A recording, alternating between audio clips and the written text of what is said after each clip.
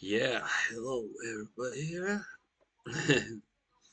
Yeah, I got this idea too because I've bought a little too many, scents, unfortunately, and some of them I liked at first, but then I found out they either were too strong, too something whatever. They didn't smell as good anymore after a while, and so, this is my list of 8 scents that didn't age well, or, that I found out that I never should have bought also because I don't like how they smell when they dry down eventually, or, there are different, different reasons for each one, I guess. But let's start here.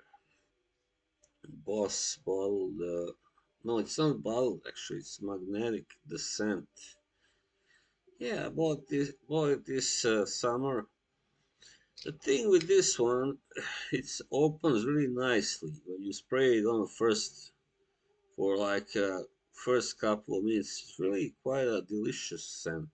But then as it develops and starts to dry down, yeah, doesn't get so nice as anymore or pleasant. It's just something about it. I don't know. As they say, it becomes a little too cloying and yeah, just no, not really what I like to smell. I mean, what I want to smell like. Yeah, Hugo Boss Magnetic. It is one of 3 Hugo Bosses that I bought this year, and so far I can say only one of them. What there was also the Pacific Boss bottle, and also now Elixir, which is the only one that has stood the test of time so far of the 3. Yeah, the same thing when goes for Pacific, bottle. It first it was nice, but then I just kind of peed it out to put it that way. It got this special kind of scent, that is also not for everybody, kind of fruity and yeah, they just didn't make it the right way, obviously. So yeah. All right, now this one. I'm not number 2. Let's say Gucci Guilty Eau de Parfum. I had high hopes for this one, but it was a blind buy,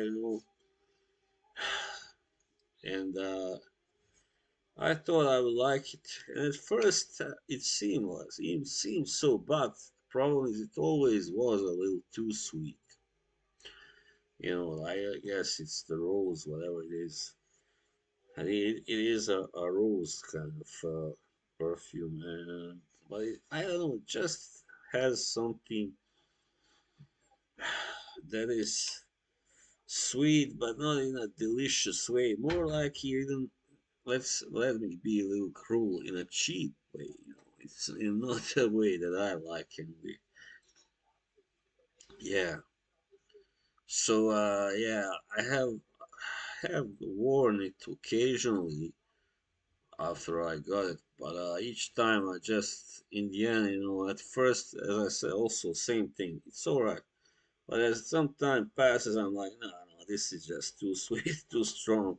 I can't wear this. So yeah, I was like, I never sure I really got this one, especially without trying it first. So yeah, and number 3, this is something that I first also kind of enjoyed really and liked, but then I don't know what happened. I just guess it quite came too much for me, and this is Le Beau Le Parfum by Gaultier Jean Paul. Yeah, it's got a very interesting scent, no doubt. But it's I think that thing with the coconut mixed with the cypress and that stuff doesn't work for me. I mean, I know that, for instance, my friend Ross TG, he he loves it, and I kind of I like it if it's really hot, maybe yeah, why not? But in other type of weather. a little cooler or whatever, and more normal temperatures, it just it just gets too strong and too much, too green, too kind of, yeah, also a little bit cloying in a way, but it's just too powerful and overpowering in a way, and not in a way that I like it to be, simple as that. But look at that bottle. The bottle is really gorgeous. I mean, yeah, but I did try it before I bought it. Let that be said, and I liked it. But the thing is, you can never, it's hard. You should never just try something once and then buy it immediately. You should, first, let it, spray it on your hand, for instance, and then smell it after an hour or 2 hours, and then you can know, of course, you get a better idea, But too often have I been blinded just by the top note, just trying it quickly and just being too rash, And yeah, I like this, smells nice, but I wasn't aware that it could change after a while, after just a few minutes sometimes, or even seconds. So yeah. At number four, this is the most expensive one on this list. Yeah, and yeah, I had to wait till the Black Friday deals to get it. Actually, that's how expensive it is to me anyway, who is not a rich guy. So Amouage Black Iris, Interwood Black Iris. Yeah. So with this one, it's very special. It's got one of the most delicious openings ever you can ever feel. You know, wow, man, amazing. But the problem is what comes after that. I'm not a big fan of that. The oud and all that stuff. The Oriental sense. Yeah, just it turns me off, man. And then I wind up like after only a few minutes, I'm like, oh no, why did I put this on? But I kept putting it on me, especially. I mean, I found out if I'm gonna go out and it's cold, like now, it is good because then you don't feel the wood that much. You feel more of this deliciousness that comes, I guess, from lavender and yeah, mostly lavender and stuff like that. Yeah, and yeah, I like lavender. Who doesn't? But yeah, I mean, for people who like this, kind of very ambiguous, two-faced kind of smell, they will love this. But for me, it's not. I mean, it's only the beginning that is really worth the money, worth spraying it on for. Yeah. All right. And this one, well, Prada, Luna Rossa Ocean. Another blind buy. At first, I was like, yeah, all right, it's pretty good. It's not that bad. But the more I started to wear it, I was like, no, I don't think so. I don't really enjoy this as much because yeah, it's got that cleanliness and freshness, but other than that, not much really.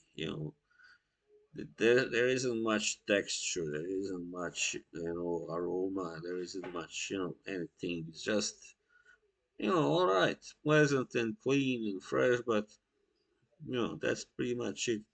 It kind of does smell like a detergent, as some people have pointed out, and yeah, it is just all right, but boring. In the long run, this is not something I will want to wear often. Anyway. Yeah, well, I haven't worn it now for several months actually. I think I got this last year. Yeah, it was last year actually. So yeah, there's still a lot left in this ball. And then we have another one which blinded me with its really nice, quite delicious opening, really. The K or the Parfum by Dolce Gabbana. But the problem is, this is a very specific kind of scent, right? This is not for everybody. That definitely it is almost childish or juvenile the way it develops. More like a creamy. Yeah, it is kind of because it's got juniper berries. I know it's kind of a little bit also woody. Like it reminds you of pine forests and stuff like that. But yeah, I mean, it's all right. I wouldn't really, I won't really, bash it. But in the end, yeah, I don't usually wear it unless there are some certain when I'm really in the mood, and I like to spray on certain fabrics that it, because not all fabrics react the same. Yeah, I don't really spray much on skin. I don't want that. I'm not one of those people, But yeah, I know those serious fragrance lovers. They always spray on skin, but no, I spray a little bit just to try it first, and then I spray it on the shirt because I just don't feel comfortable with spraying on my skin a lot. And so yeah, this is just all right, but nothing special, really, nothing special. Yeah. So in some shirts it smells good on some shirts, but not all. So as I was gonna say, some fabrics when you spray something on, yeah, nothing really particularly good. And on others, it's really good. So all right, then number 7, sadly, Parfum de Marly. This one also works only when it's hot. Works well only just like Le Beau Parfum. All right. When it's not hot, it's got this kind of chemical, acidic almost, yeah, smell. Really weird, watery also, yeah, but it reminds you of a pool, you know, one of those pools. Yeah, like pool water and stuff like that. And yeah, just weird. I don't enjoy it when it's not hot. So scents like this are only made for to be worn in the heat. Yep. So that's sadly. And finally, the last one, probably, I don't know, of all these, this is the one that is probably still most interesting in a way, and that is Azara Wanted by Night. So, yeah, the thing with this one, it's still probably to me the best of all these on the list. That's why maybe I save it for last because, yeah, it's the problem with it. It is good, but the problem with it is it's just too strong. It's overpowering, right? In the end, so if you're gonna wear it, you either don't spray too much, or only if you're going out in the winter. Also, you can spray a lot of it because it is a good winter scent. But I purposely left it out of my last winter scent video because I just got tired of it because it's so strong, really heavy, strong. At the same time, kind of sweet. It's got some tobacco, I know, in it, and yeah, different things that when you mix them together, they just create this kind of bomb, like really a beast, So for a beast mode, so-called beast mode fragrance, it is really good.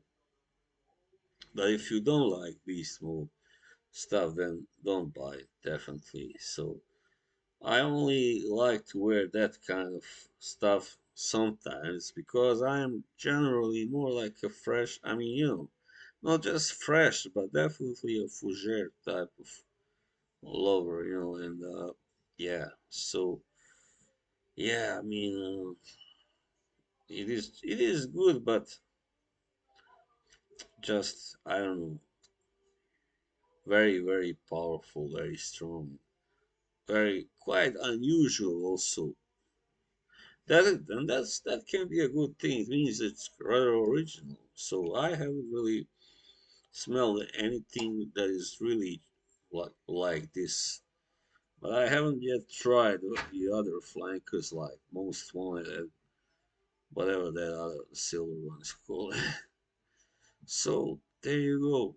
That was my picks for fragrances that I bought and ended up not really using much, and that did not age well. All right, thank you for watching. See you. Bye.